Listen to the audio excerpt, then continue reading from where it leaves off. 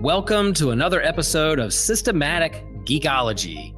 This is a space where we seek to create and cultivate healthy conversations between those things we geek out on and the philosophical and theological questions that often arise out of our fandoms. Like, what does it mean to be human? What makes a hero? What makes a villain? How do the stories and narratives we geek out on shape how we live in the world? We are your priest to the geeks. We aren't all ordained, but we see ourselves as mediators at the intersection of geek culture and going deeper in our faith. We don't always have to agree, but we do respect each other, and we see everyone as a beloved child of God. Everyone geeks out on something, so come geek out with us and enjoy the show.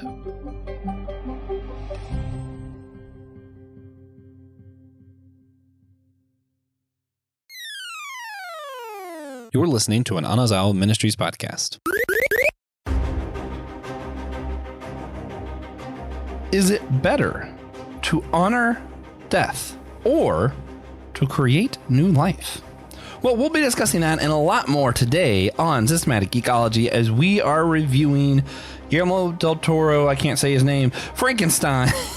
Oh man, I'm excited for this one. I'm Joshua Noel, and I'm here with someone who can pronounce people's names. The one and only God of Thunder, Ryan Doze. Hey, buddy. Man, Guillermo del Toro's Frankenstein. Pot of Thunder. Yes. Oh, man. Yeah, yes. But also, thank you for those correct pronunciations. Absolutely. Yeah, the recent thing I recorded, I literally just was like, here's the comic book, and TJ will now tell you the names of the author. Oh. I didn't even try. I was like, guys, I can't. I'm just so bad at names. You had to learn this in Bible college, Joshua, that the thing you got to do when you get to a name you don't understand is say it quickly and confidently. Yeah. I mean, get past it. You just got to get through the names you can't, like the 5-syllable old Hebrew names. You just got to breeze through them. Yeah. Yeah. Well, other than old Hebrew names, Ryan, what have you been geeking out on lately? Oh my gosh. Other than this movie, because I'm kind of obsessed with this movie now. Joshua and I talked about it forever ago, and I just watched it a few days back at the time of this recording. And I rekindled my pretty consistent love of Frankenstein adaptations. But this one just kind of set me into the stratosphere trying to think of, all the different bits and pieces I can get out of this. I've also been just going back and revisiting some of their gothic horror inspired things. I reread a few Edgar Allan Poe short stories today. I don't know if that counts as like what I've been geeking out about. Man, what a flex. That's how to read. Yeah. In my defense, they are short. They are written at the length of story. I gotta have those pictures. Understand. So, I've been reading a few Poe stories. I have a volume by my bedside that I was like, yeah, this kind of gives me the Frankenstein vibes. But I've been watching a lot of horror movies and I don't know, just kind of like, spooky stuff. I'm like I'm on like a Halloween hangover right now. I don't want Halloween to be over with yet. Man, it's just Thanksgiving season for me, and I just can't think of things that aren't Thanksgiving.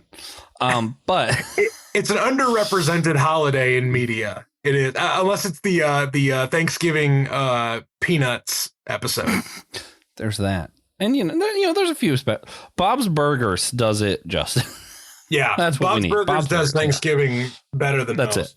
It. But what I'm geeking out on though, actually, I've been replaying the Jack and Daxter games, so I'm gonna go with that. So, fantastic. Yeah, it's fun. I'm about to start Jack 2 this weekend. I'm waiting till the weekend because I'm like, I need like a solid full day that I can like dedicate to this. Yeah, no, I totally get that. There's some things like Lord of the Rings. I know I need to I need to plan this rewatch. It's not just something I can pop in because it'll take over my life for like 3 nights in a row. I totally get that mentality. That's so true. Yeah. When Tiffany earlier this year was like, we're going to watch The Hobbit and Lord of the Rings. I'm like, great. This is going to be a week-long endeavor. It was great. What week do we want to do this then? She hadn't seen it until this year, and she's actually a bigger fan of it than Lord of the Rings, so that's a fun take. I wouldn't share that in certain places, but okay.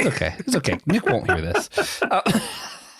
Actually, I just don't think Nick would care at all. Nick is the kindest. He would be weirdly supportive. Ever.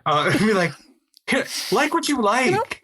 Yeah. I think if we were all to get like 2-word descriptors, that might be how you could describe Nick Bulk. Weirdly supportive. Weirdly supportive. Anyway, guys, if you want to be weirdly supportive, you can support our show by rating and reviewing wherever you get your podcast, and leave us the weirdest review.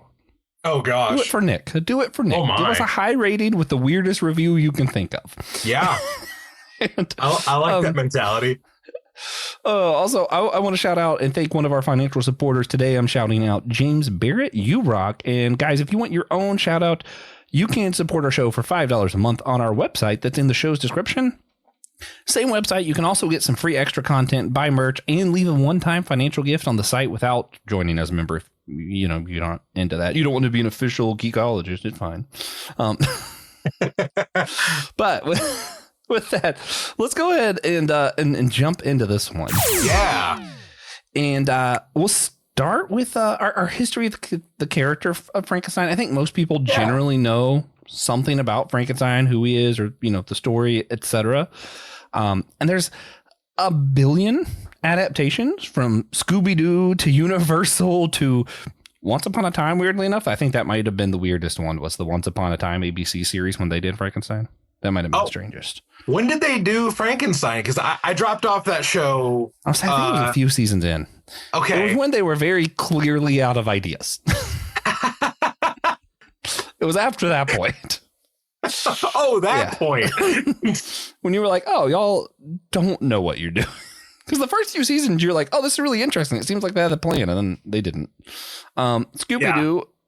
I feel like the Frankenstein era isn't really Frankenstein, but that's probably my first introduction. And I was like, I kind of like the vibes. Of this monster. And then the Universal movies is when I was like, oh, this is cool. And eventually I read the book and I was like, this is so much more than any of the other things made it.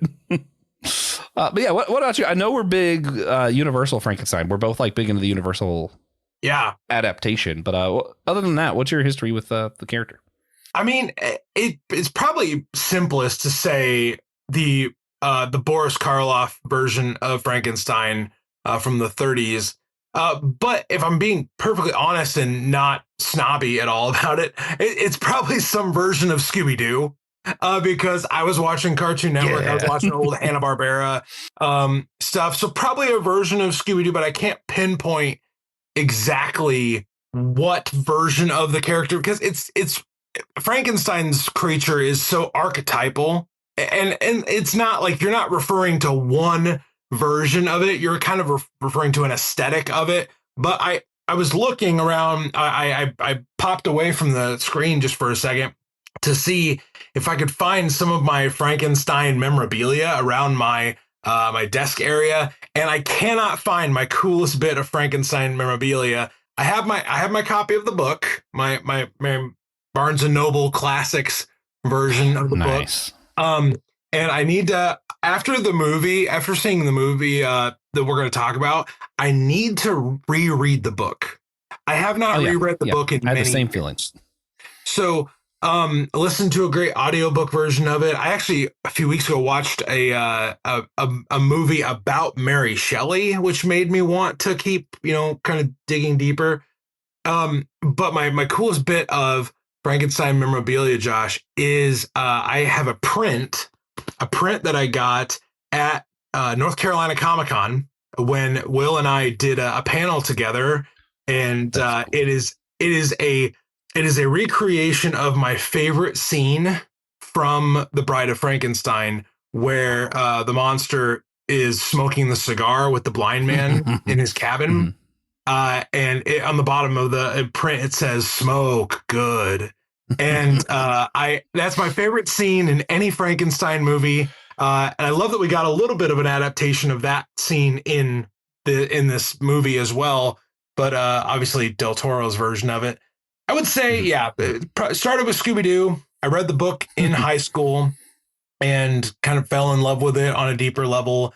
And then, when I was older, I re-investigated the Karloff movies, and that was where my love of Boris Karloff came from. So yeah, it's been kind of a multi-layered evolution of enjoying the character and the story. Yeah. Well, real quick, I do want to shout out Dan Steak S2R. I don't know what your name is. I'm guessing just Dan Steak. Yeah, people who leave comments, I like to shout out because I like people who pay attention to what we're doing when we're live. So that's kind of cool. But yeah, I mean, as far as all the stuff goes, Bride of Frankenstein is probably my favorite of the Universal monster movies, just in totality. But Universal, I don't think they try to do a one-for-one adaptation of the book. No. They definitely at didn't. all. Yeah, but like, I feel like you still get some of the same messaging, which is kind of cool. This, however, right. he still didn't do like a one-for-one interpretation of the book, but like, dang, it's like, oh, this is what I would have thought if I read the book first and you told me we were getting a movie. This is what I would have thought the movie was. Right, exactly. Not Universal's. I love very, but it's very similar to the vibes of the book, with that Del Toro aesthetic, that more abstract kind of fantasy take on a few of the different parts. Yeah, and possibly just the greatest actors were chosen. Also, shout out Evan, we love you. But I have worked with Evan on a project here on Systematic Geekology. Yeah. If Evan wants to jump in, he can jump in. I believe we did the Alien Earth review. Right. That was good times. God, love Evan.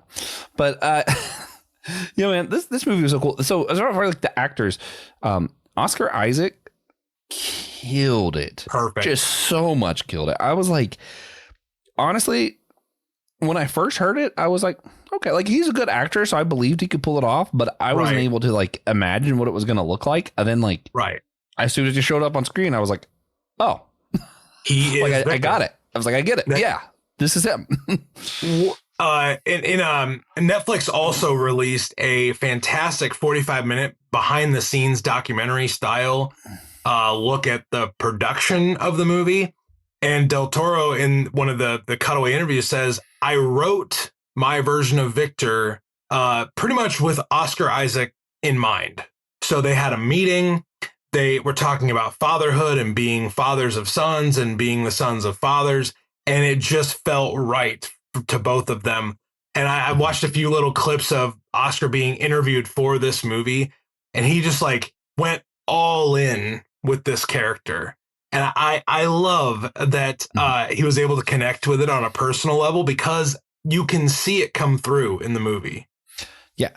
Well, and it's just wild because like reading the book, I had a hard time. I would not want to be the person to try to make it into a movie. I'll put it that way. Yeah. Because like Dr. Frankenstein, like you get points where it's like, oh, okay, so this is just an arrogant jerk. And then you get points where it's like, oh, wait, no, he's scared of his own mortality. And then it's like there's just so much to him that I'm like, I don't know. I feel like he needs like a whole TV show.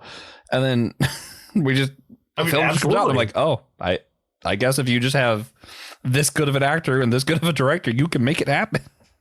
Absolutely. They were so locked in on the themes. And I think that's really where Oscar Isaac in his performance really shone through the most, was getting those themes to come forward of the fatherhood, the loss, the grief.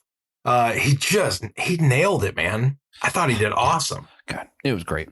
But we got a side tangent because we're excited about talking about this movie. We talked a little bit about our history with Frankenstein. I do want to hear some of your history with the man whose name I can't pronounce, who directed the film.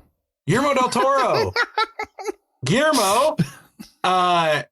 So personal history with Guillermo del Toro. I would say the first movie I remember of his going to see on purpose, like knowing it was him, was probably Pacific Rim. But retroactively, I did see the first Hellboy.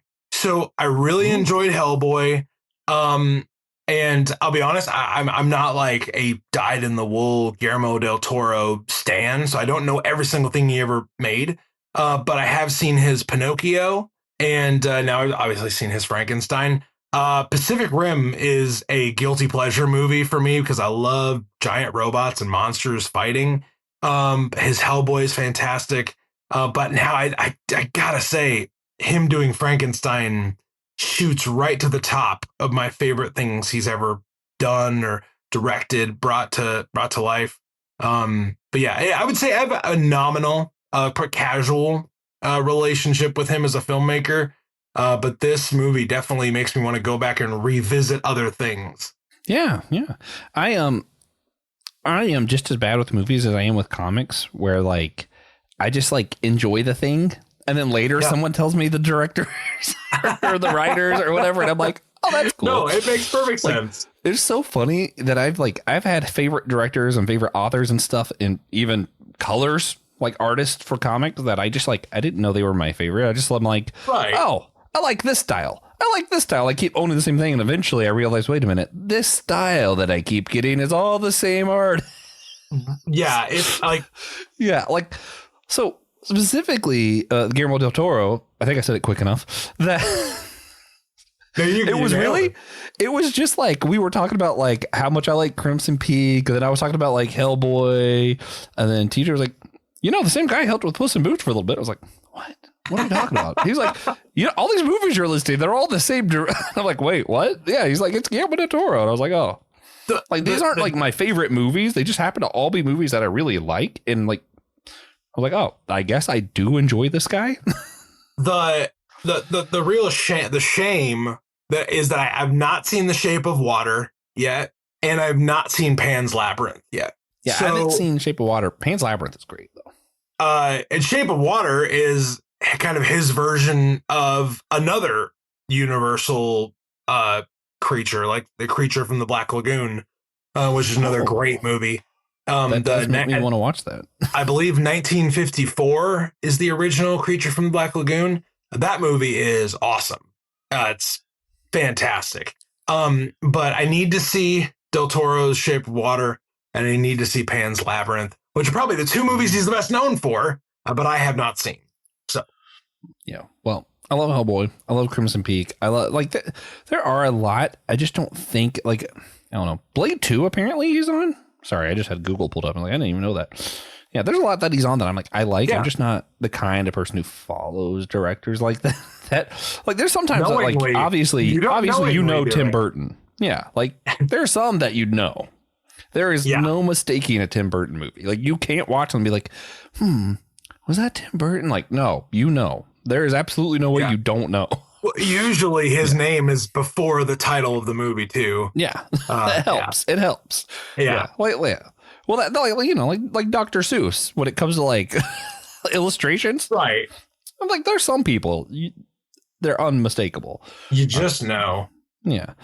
So past that, I'm trying to pull up this outline so I know what I was. Okay.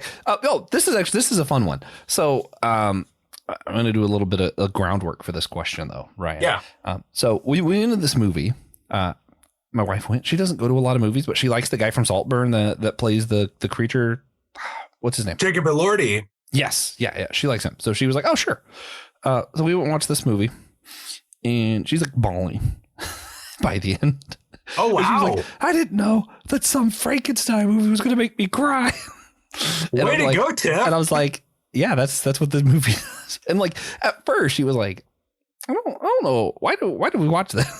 But now I think she's like I think she's seen it more time, like significantly more than I have, because she's watched it since it's been on Netflix a few times. And it's a beefy watch. Like it's 2.5 hours and you feel a little bit of the pace, but it is kind of a quick 2.5 hours. Yeah. Oh, Evan's still watching. He's like, I think he's still talking about Guillermo del Toro. He says, I love he's public about his love for Jabba the Hutt and how much he wants to make a gangster. Evan, I would watch the crap out of that. Yeah, me too. That'd be great. Hello there, listener. This is Evan Garcia, and I just wanted to jump in here to remind you and to let you know of our Facebook groups and our Discord server. These are great communities where you can post and share memes and talk with the hosts, and we have votes and some polls for future episode topics and fun interactions with our hosts. So just wanted to remind you that we are focused on community with you listeners, and we love each and every one of you guys listening. Thank you guys. Oh man. But yeah, so all that backstory, like, do you think, because I do think a lot of people have this kind of misconception that like, oh, it's, I feel like we almost just associate Frankenstein's creature with just campiness in general, because, you know, Scooby-Doo, Universal films, which isn't obviously the vibe that the original story had. No. But yeah, so it's sort of like misconceptions. What do you think? Is that like the main one, or are there other stuff that you think people going into this maybe weren't prepared for? Here's the thing about the campiness versus the seriousness of both this movie and Shelley's original novel. And I believe the original 2 Frankenstein Universal movies are actually quite dour and and very that they haven't leaned into the camp yet. Full send into the camp. But I think those 2 aspects of the archetype of the creature can exist together. Like, I love some of the campier versions of Frankenstein. Like, the Hotel Transylvania version, I love. Like, Frank, I love that version. I still haven't seen those movies. He is, well, there's like 1,000 of them now, so you know, good luck catching up. Those more fun, lighthearted versions of the character, they can exist and present a version of the character that is obviously that's not in Shelley's novel, but then you can have kind of the pop culture campy versions. But then when a director that's as gifted as this, and a cast that, you know, we didn't even mention, like Mia Goth is in this movie, Christoph Waltz is in this movie. It's just the cast is insane. It's like you have pros on pros on pros in this movie.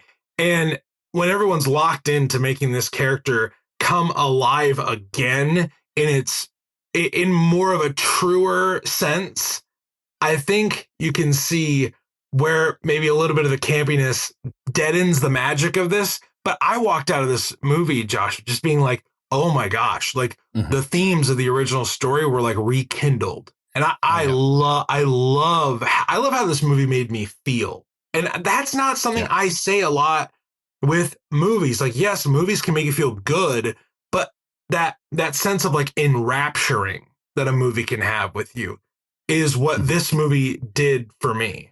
Yeah, yeah. Well, and I think when you're talking about like the grip that the story has, and then like thinking about the campiness, I think there's more than one similarity between Frankenstein's creature and Link from the Zelda games. Okay. Not only do they get mistaken for thinking that it's Zelda or Frankenstein when it's Frankenstein's creature and then Link. Yeah. But also, I think both of them, when taken out of the story they were meant for, I think almost have to be campy. Like, you have a creature that was just kind of put together from different body parts who doesn't understand what's going on. Like, if you take it out of the story and the world that it was formed for, like, that character is going to be campy. It's going to be a little silly. Like, oh, he's alive again. He's alive again. You know, like eventually it's like, really? Which is why I'm a little worried about that live action Zelda movie, because Link doesn't speak. What do you do with that? like that's a terrible movie. He's good in his games with that specific context. Yeah, but anyway. Yeah, that's great. So if you had to, because I know you seem completely enthralled with the film, which I love it too, but if you had to rate it 0 to 10, how are you going to rate this version of the Frankenstein story? That's so hard. You know, the number I feel the best with is like an 8, an 8.5. And that's like judging it based on, you know, does it remind me of the original novel? Yes. Does it give me the Del Toro like aesthetic vibes? Yes. It's the fantasy aesthetic that he puts into a lot of movies. His thumbprint is over. This is clearly his movie. This is his version of the character. It's not just a nondescript paint by the numbers, 1931 ripoff. And I'm telling you, man, like the behind the scenes stuff is sometimes what makes me love a movie more, because in the pressers afterwards, in the red carpet events, Guillermo del Toro has been very, very clear that he thinks AI is freaking crap. And that's the nicest way I can put that. And I couldn't agree with him more, because this is like when you watch the behind the scenes details of movie making, it should make you love that movie more. So if I had watched that and they just like, and then we threw a bunch of AI CGI crap all over Jacob Elordi's body, and yeah, he's the monster. It's like, no, 10 to 12 hours of makeup to be encased in this character, and how that made the creature come alive in his presentation. That stuff matters. It really freaking matters. So no, it is not the same. Like people that, oh, we can generate an image that will look just as good. No, you freaking can't, because there's no soul in it. So when Jacob Elordi puts on all this makeup and they're creating this character out of him, his soul is going into that performance and you feel it. There is a distinct human difference. And just like, creator, I love that the story cannot help but bring up themes of creation. And I love that in the creation of this movie, it created in these actors and these production people so many different emotions and feelings.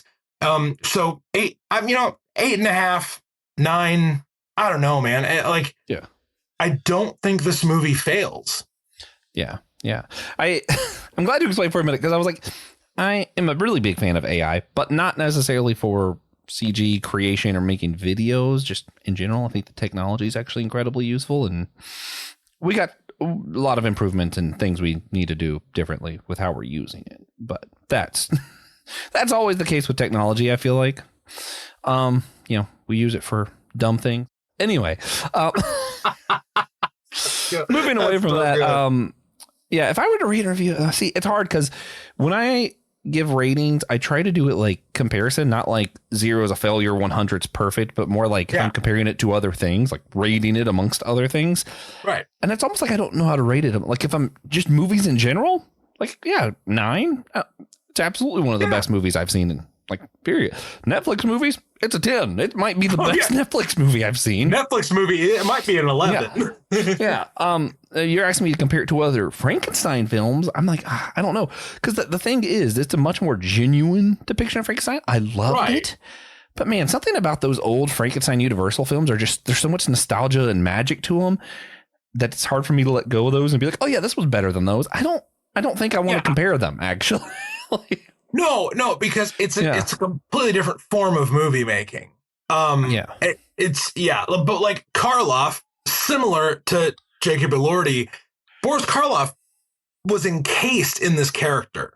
Oh, yeah. And there, physically, it took a toll on him. But you still see the soul and the humanity come through in so many of his smaller moments. And I think that's where Elordi kind of captures that spirit, is in the small moments.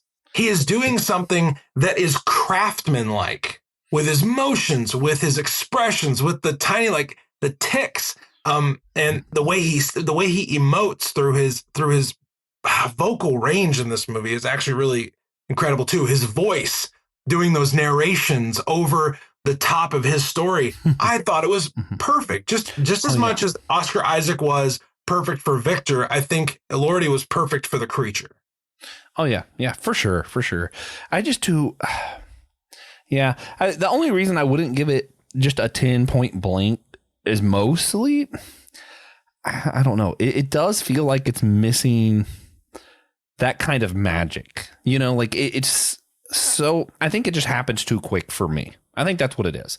And it's a really long movie. And I feel like I still was like, man, we put a lot in here. And I feel like I would have liked it spaced out, even I needed more breathing room.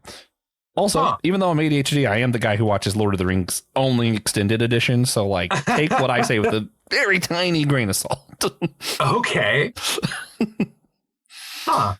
Yeah. But anyway, Ryan thinks I'm a freak. No. I know you're a freak. No, but I'm just curious to drill in on that.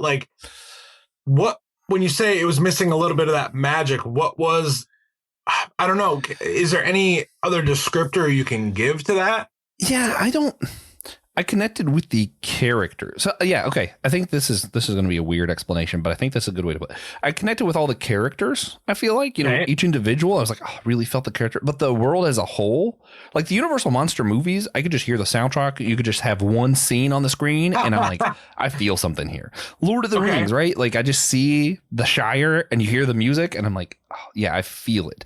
I don't think I feel this world. I feel the characters and I connect with them. I feel the story, but like the world itself, I'm like, I don't know. There's just some that's like almost feels lifeless, which probably was intentional, actually. But I don't know. I like having a world that I'm like, I want to just live here. Well, notice like in the major set pieces, like in the Arctic, it's supposed to feel barren. It's supposed to feel empty. We're supposed to feel lost and isolated. I kept thinking about Pirates of the Caribbean during I don't know why, but I'm just like, oh yeah, that's that one Pirates. Sorry. I think your critique is fair. And I think that maybe that is a success of the movie, that you're drawn more to the characters and the landscapes around it and the setting around it makes you feel the way the scene and the layout makes you feel the emotion that the scenery is trying to provide for you. Yeah.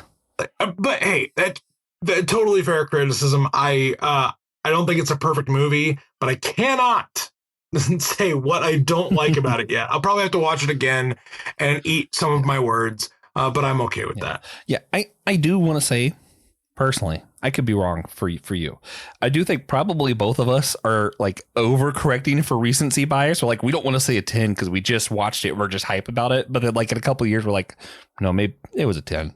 Like I could see that happening. Like be like, yeah. Because I do that where like I'm afraid of recency bias. And I'm like, I just feel this way right now because I just watched it. As your friend, I'm going to like people listening to this, people watching this. I just want you to hear this. If you have a problem with Joshua liking stuff and being excited about it, I am Ryan Doze on Instagram. Come and fight me over it. Joshua gets to be excited for about whatever he wants to be excited about. And this is when we're going to start talking about Kingdom Hearts, Will. Oh, no. I actually draw the line there. That's it. Oh, okay. Well, let's talk about the movie then. Okay. When I talk about like the things like that I love so much, that parts that I do love, because I talk about what I criticize. I feel like I need to talk about the stuff I love too. It were all the little moments where like Frankenstein's creature.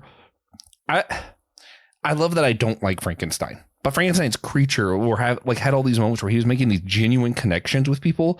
Yeah. And then just to see how it was trashed or destroyed or ripped away from him, like I don't know, something about just their ability with these quick little scenes, like with the older man here, where it was like, how did you like, it's like that annoying scene in Community, like one of the first episodes.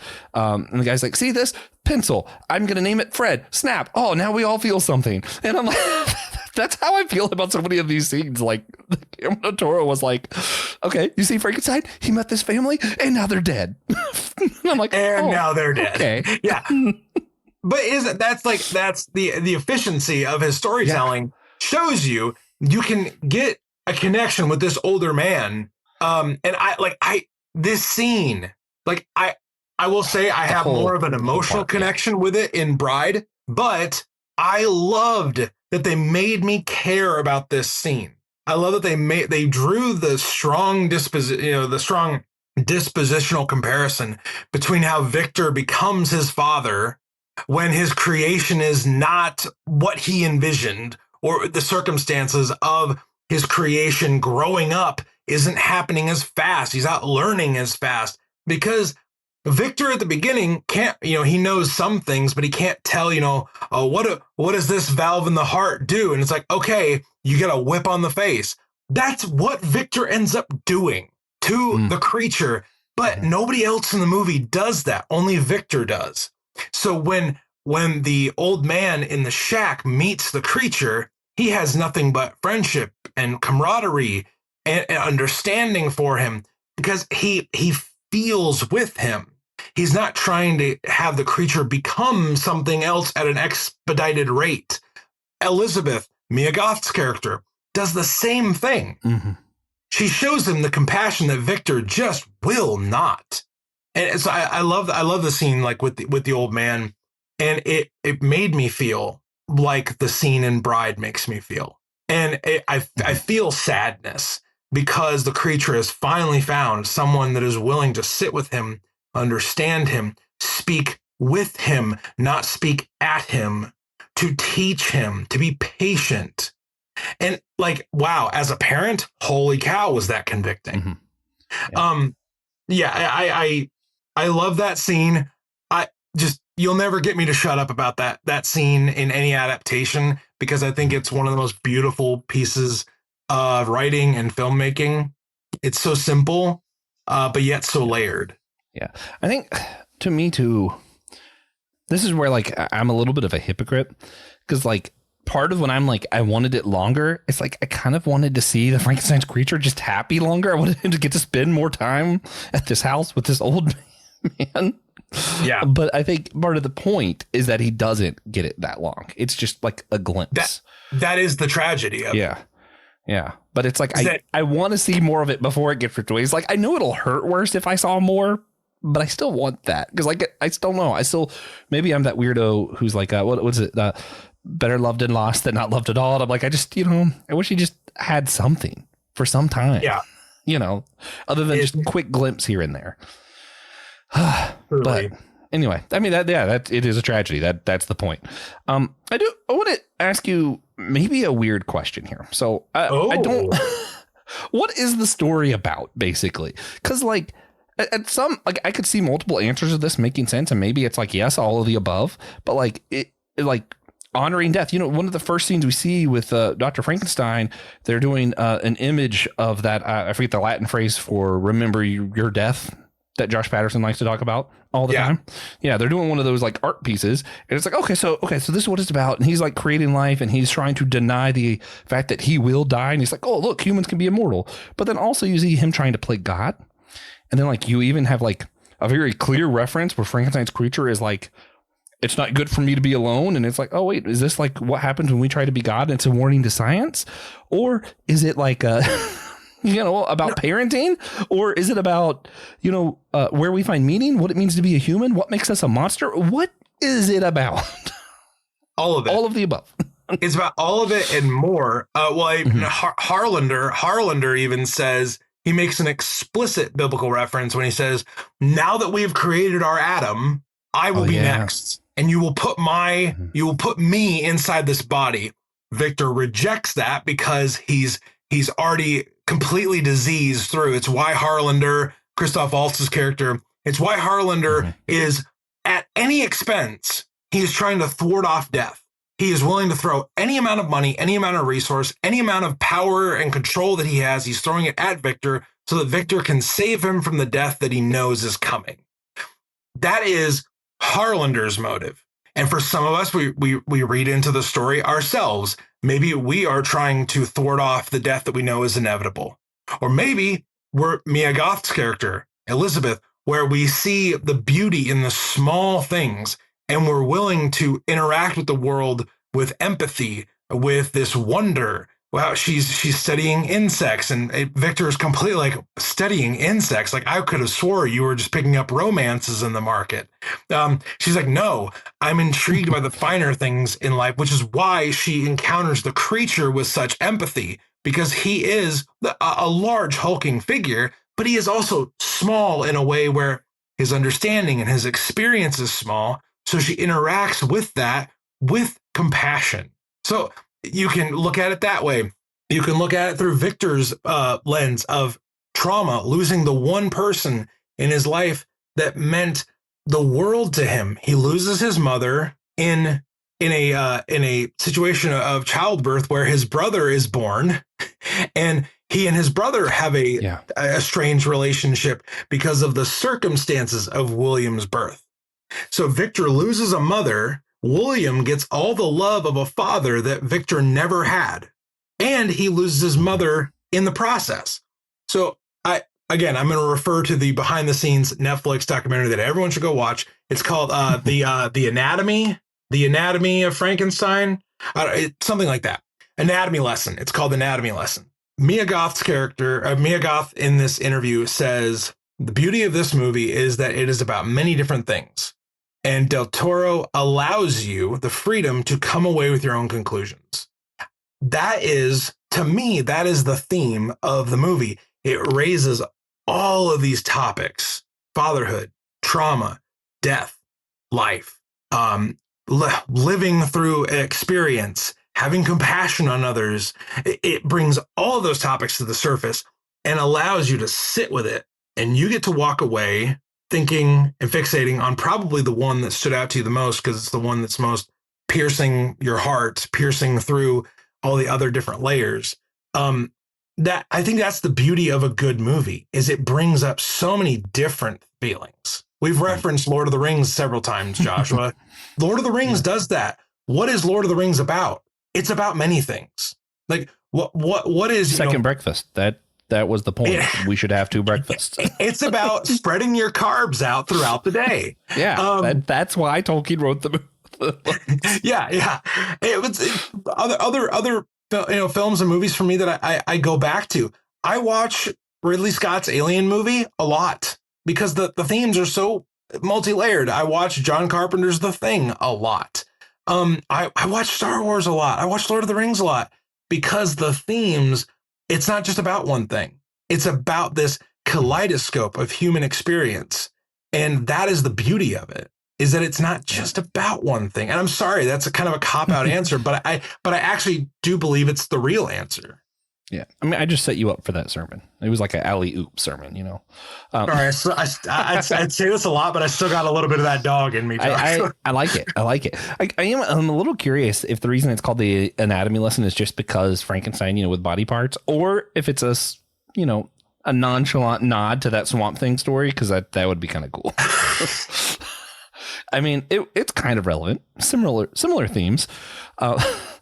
But what I do think is interesting, one of the things messaging wise that stood out the most to me, makes me go, I know they're not going to do it, but makes me go, man, if this version had a Bride of Frankenstein, it would actually be really compelling, because it's the opposite of Mia Goth's character, right? Where like the doctor was starting to fall for her, but instead she's developing feelings and showing compassion to the creature. Right. And then you would have the opposite of that, where the doctor or some doctor is creating something for the creature to have, it's not good for man to be alone kind of deal. And then instead the created woman creature would then fall in love with the doctor. So you have that opposite thing happening there. Right. And I think it would be really poetic, really interesting to see that in this world. But we won't. Well, I know. Probably not in this world. I know though. Maggie Gyllenhaal, the actress, she is directing a Bride adaptation. Yeah, I think it comes out in like February. Yeah, so I'll be very interested to see that, and maybe we'll come back to talk about The Bride, directed by Maggie Gyllenhaal. I'm absolutely down. I'm here. I'm here for it.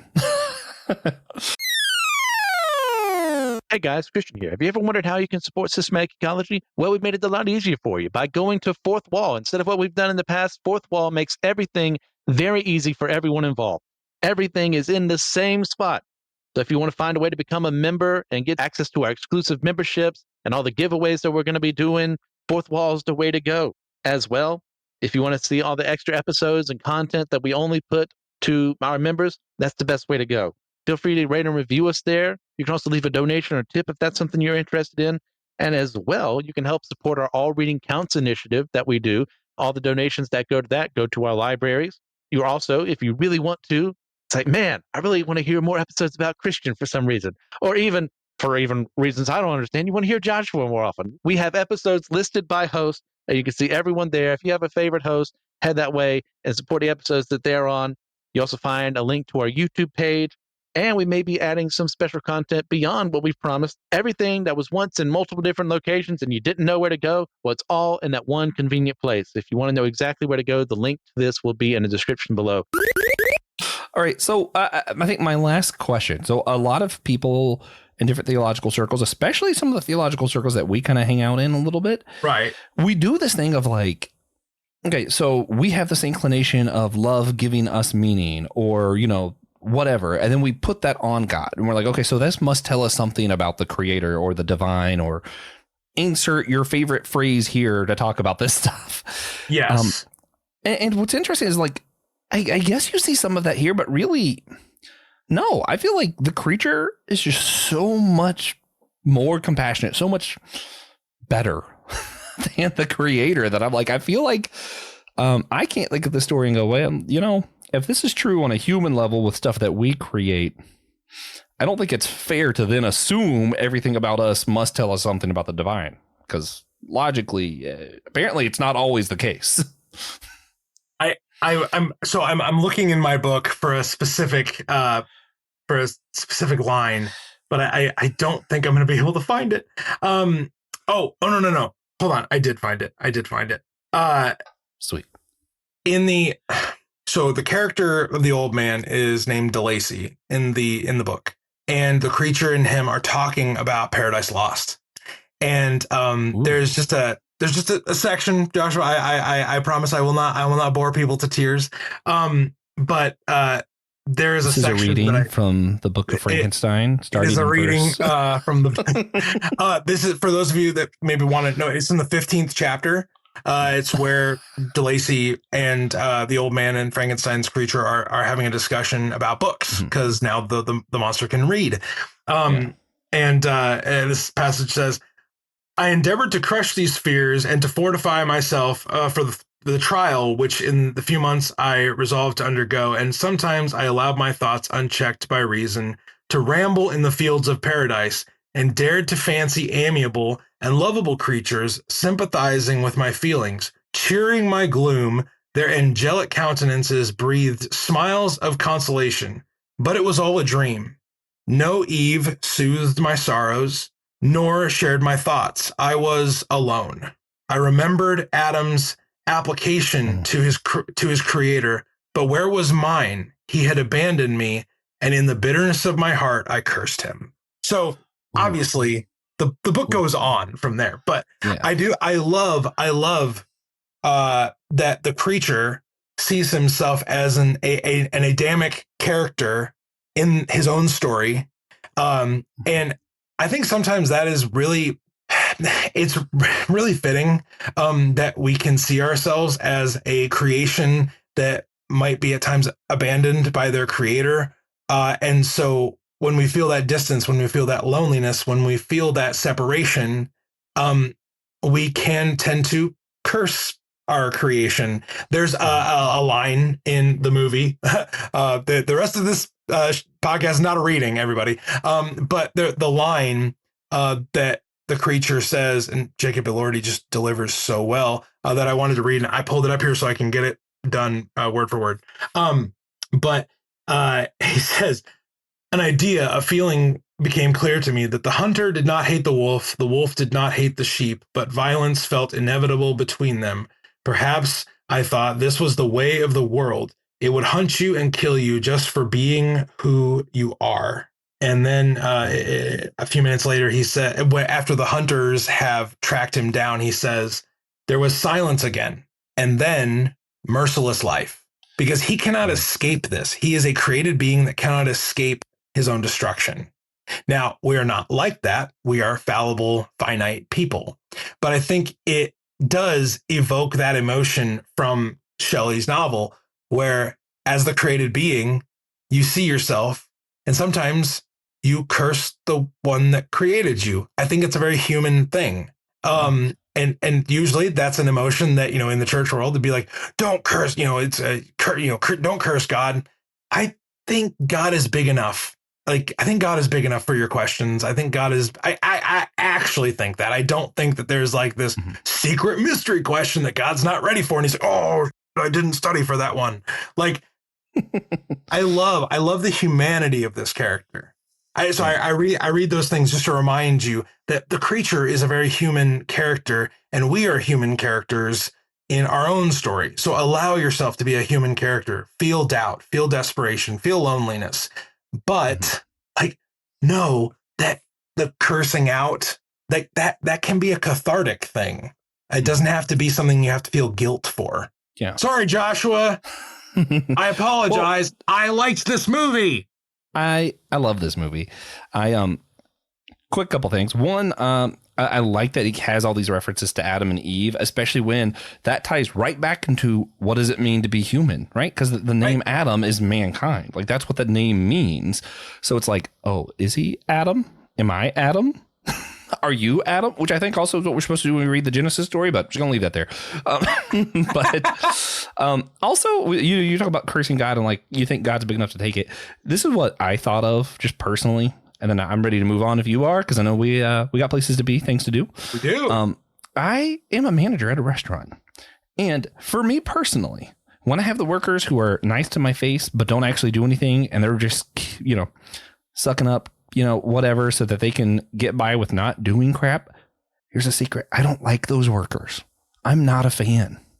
But the workers who complain and talk about, me behind my back and say all the mean things because they're just disgruntled because they're working so hard and they're tired.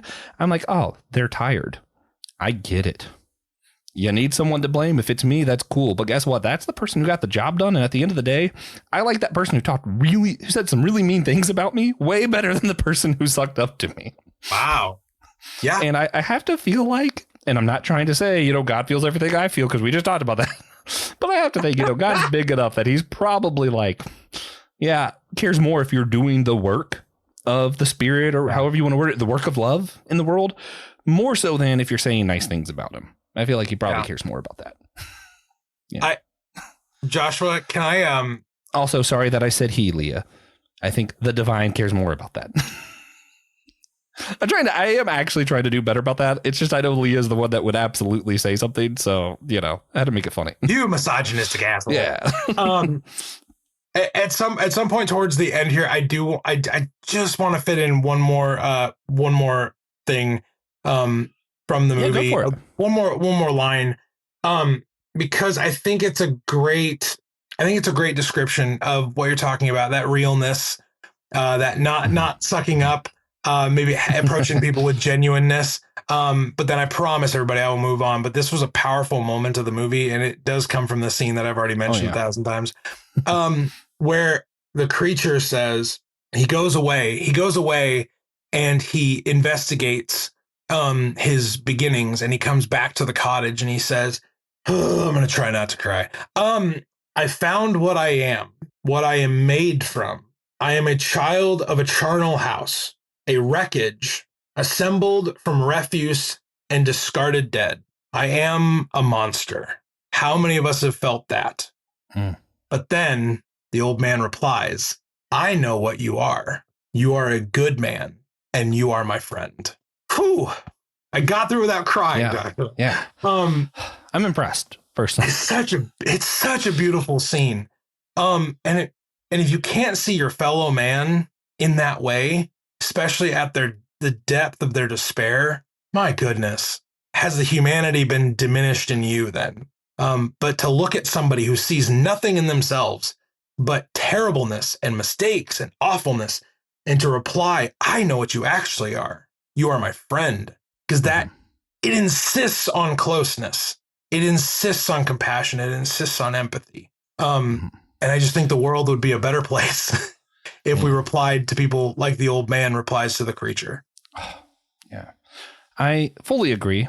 And I'm going to be the cheesiest kind of Christian who tells you about a Lecrae song. Oh my God. So last year, Kendrick Lamar mentions, drops Lecrae's name in a song that's Let the Party Die.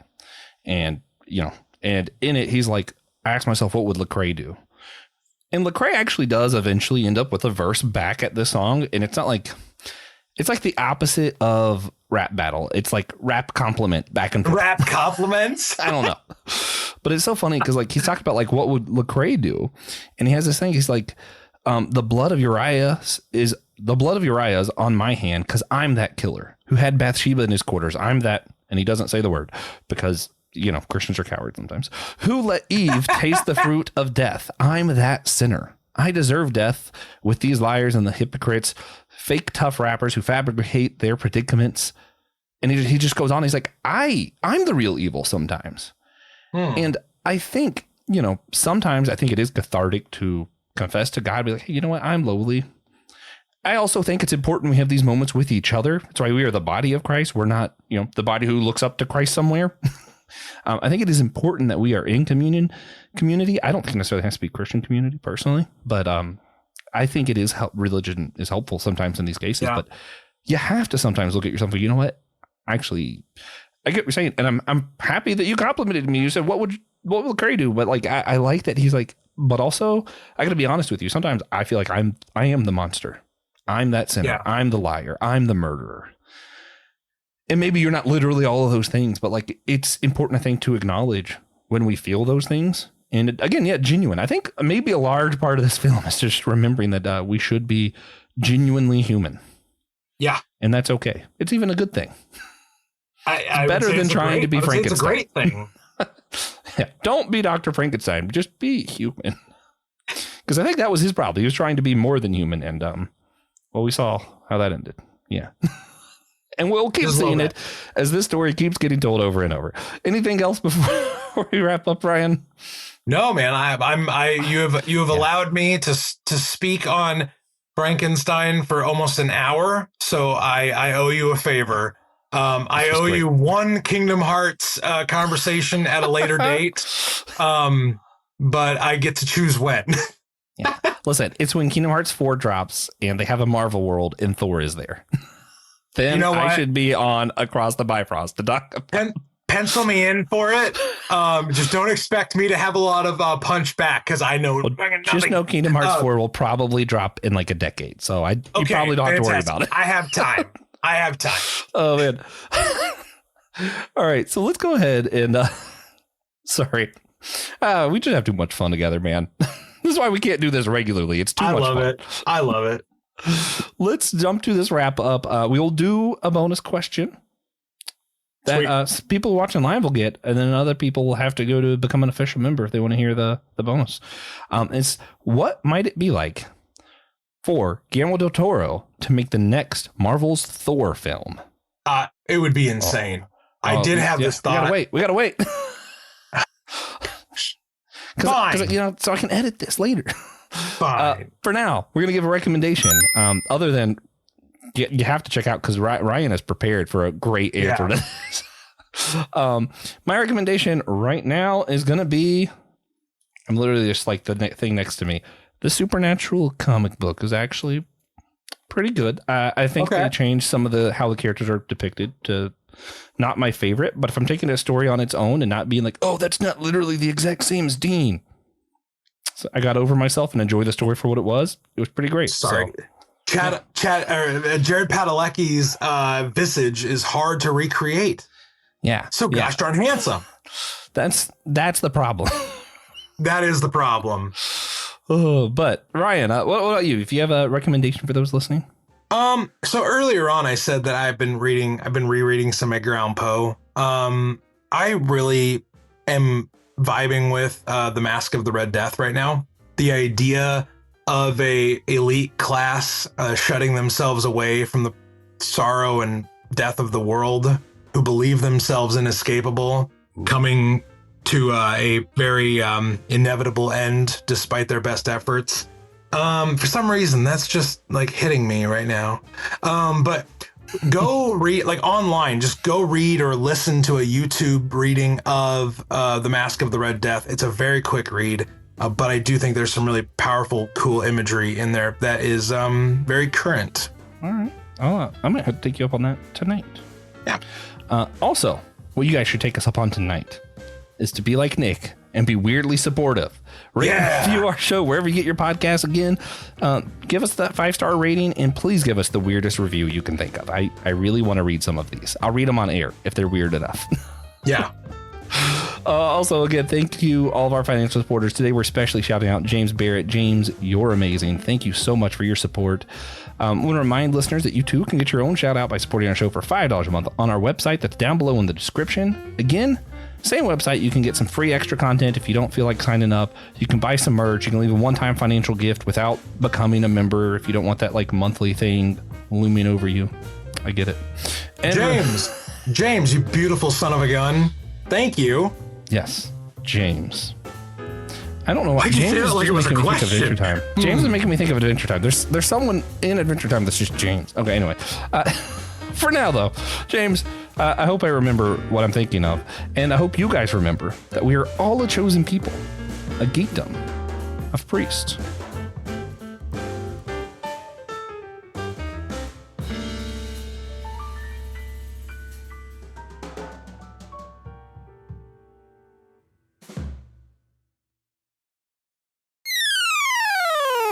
Hey friends, it's your pal Will Rose here, and let me break the fourth wall a moment and look directly at you through the camera or speak directly to you in your earbuds.